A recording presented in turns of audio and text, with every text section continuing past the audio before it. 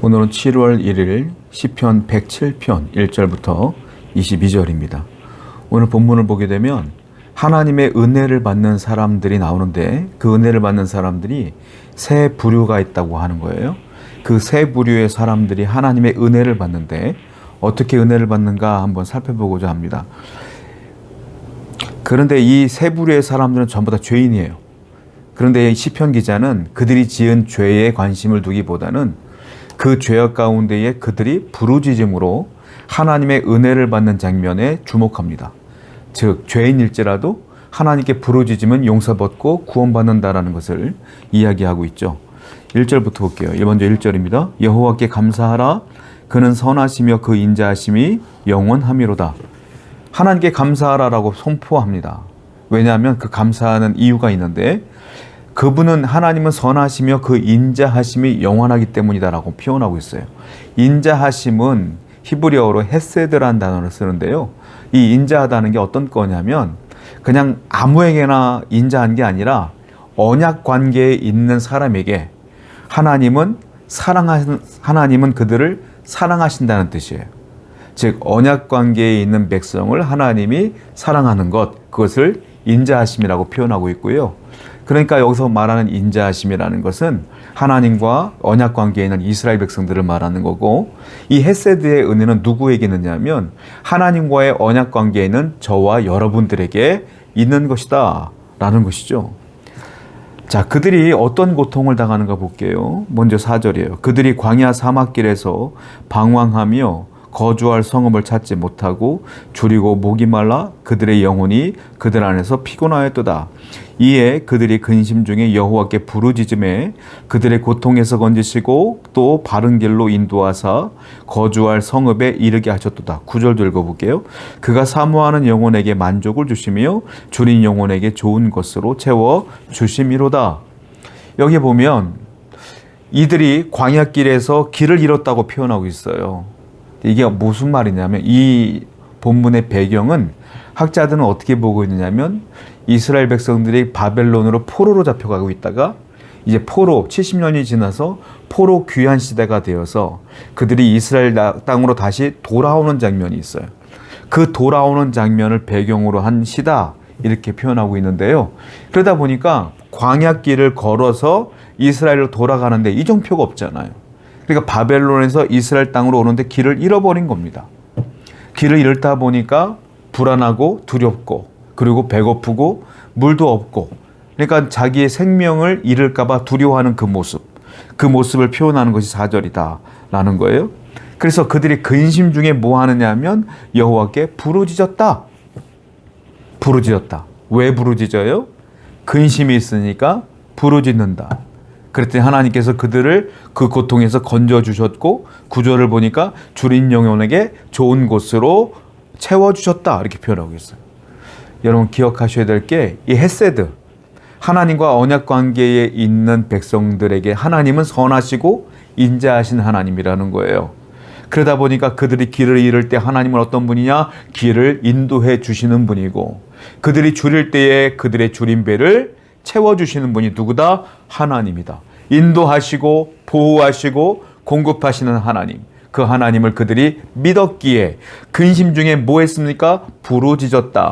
부르짖었더니 하나님께서 그들에게 은혜를 주셨다. 성도 여러분, 우리는 하나님과의 언약 관계에 있는 백성이에요. 그러므로 여러분들이 배고프거나 길을 잃거나 줄이거나 목마를 때에 우리는 하나님께 기도하셔야 돼요. 근심 중에 기도할 때에 하나님은 우리에게 역사하십니다. 10절 보겠습니다. 사람이 흑암과 사망의 그늘에 앉으며 곤고와 쇠사슬에 매임은 하나님의 말씀을 거역하며 지존자의 뜻을 멸시함이라. 그러므로 그가 고통을 주어 그들의 마음을 겸손하게 하였으니 그들이 엎드려져도 돕는 자가 없었도다. 이에 그들이 그 환난 중에 여호와께 부르짖음에 그들의 고통에서 구원하시되. 여기 보면 10절을 보게 되면 하나님의 백성들이 곤고와 고통 가운데, 즉 왜 그들이 바벨론으로 포로로 잡혀갔는가에 대한 원인이 나와요. 11절을 보니까 그들이 하나님 말씀을 거역했고 지존자의 뜻을 멸시했기 때문에 그들이 그 고통 중에 거하게 된 것이고 70여 년의 세월 동안에 포로로 노예로 그들이 잡혀서 있었던 것이다 라고 말하고 있어요. 그래서 하나님은 그들에게 고통을 준 것이다 라고 이 포로가 된 이유에 대한 얘기를 합니다. 그런데요 13절을 보니까 또 중요한 말이 있어요. 시편 기자는 왜 죄졌어? 라고 정죄하려고 이 시를 쓴 게 결코 아니에요. 13절을 보니까 그런데 그 환난 중에 이스라엘 백성들이 잘한 게 있다는 거예요. 뭡니까? 환난 중에 여호와께 부르짖었다. 아까는 근심 중에 부르짖었고 지금은 환난 중에 부르짖었다. 그랬더니 하나님께서 또 그들을 건져주셨다 이거예요. 여러분 이렇게 큰 죄악을 지었음에도 불구하고 하나님의 인자하심은 멈추지 않아요. 저와 여러분들이 죄를 지어도 하나님의 헤세드의 사랑은 멈추지 않아요. 그럼 우리는 어떻게 해야 돼요?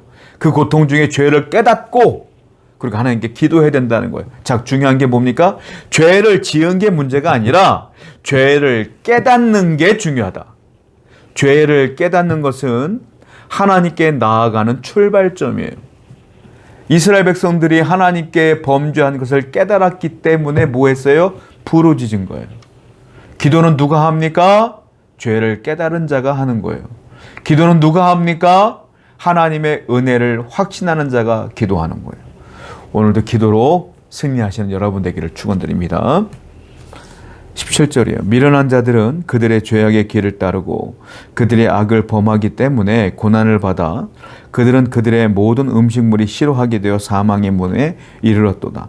이에 그들이 그들의 고통 때문에 여호와께 부르짖음에 그가 그들의 고통에서 그들을 구원하시되 그가 그의 말씀을 보내어 그들을 고치시고 위험한 지경에서 건지시는도다. 또 계속 얘기하고 있어요. 여전히 그들은 고통 중에 있죠. 자, 그런데 중요한 게 또 19절에 보니까 그들이 고통 때문에 여호와께 부르짖음에 또 나와요. 고통 때문에 부르짖는다. 맨 처음엔 뭐예요? 그들이 환난 때문에 부르짖었고 고통 때문에 부르짖었고 근심 때문에 부르짖었다. 근심이 있던 환난이 있던 고통이 있던 다 그들은 부르짖었다. 그래서 하나님께서 그들을 건지시는데 20절에 보니까 그의 말씀을 보내어 그들을 고치셨다 이렇게 표현해서 그의 말씀을 보내신 거예요. 말씀을 누구를 얘기하는 겁니까? 요한복음에 보면 말씀이 육신이 되어 이 땅에 왔다 그랬어요. 그 말씀을 누구를 말하는 겁니까? 예수 그리스도를 말하는 거예요. 즉 이 말씀은 우리를 고치시는 우리를 영원한 사망에서 영원한 천국으로 고쳐주시는 예수 그리스도를 예표하는 것이고 그리고 그 하나님의 입에서 나오는 그 말씀이 우리를 고친다는 의미예요. 예수님이 우리를 고치시고 하나님의 말씀이 나를 고친다. 성도 여러분, 고통 중에 환난 중에 근심 중에 부르짖으면 무엇이 내게 오냐면 말씀이 오는 거예요. 말씀이 오면 환난이 있어도 괜찮아요. 하나님의 언약이 오면 괜찮아요. 그 말씀으로 승리할 수 있어요. 오늘도 하나님 말씀이 여러분들에게 힘을 줄 것이고 그 말씀으로 여러분들이 승리하게 될 것입니다. 기도합니다. 하나님 환난 중에 부르짖는 성도가 되게 해주시고 그 부르짖는 소리에 응답하시는 하나님을 경험케 하여 주옵소서. 예수님의 이름으로 기도드렸습니다. 아멘.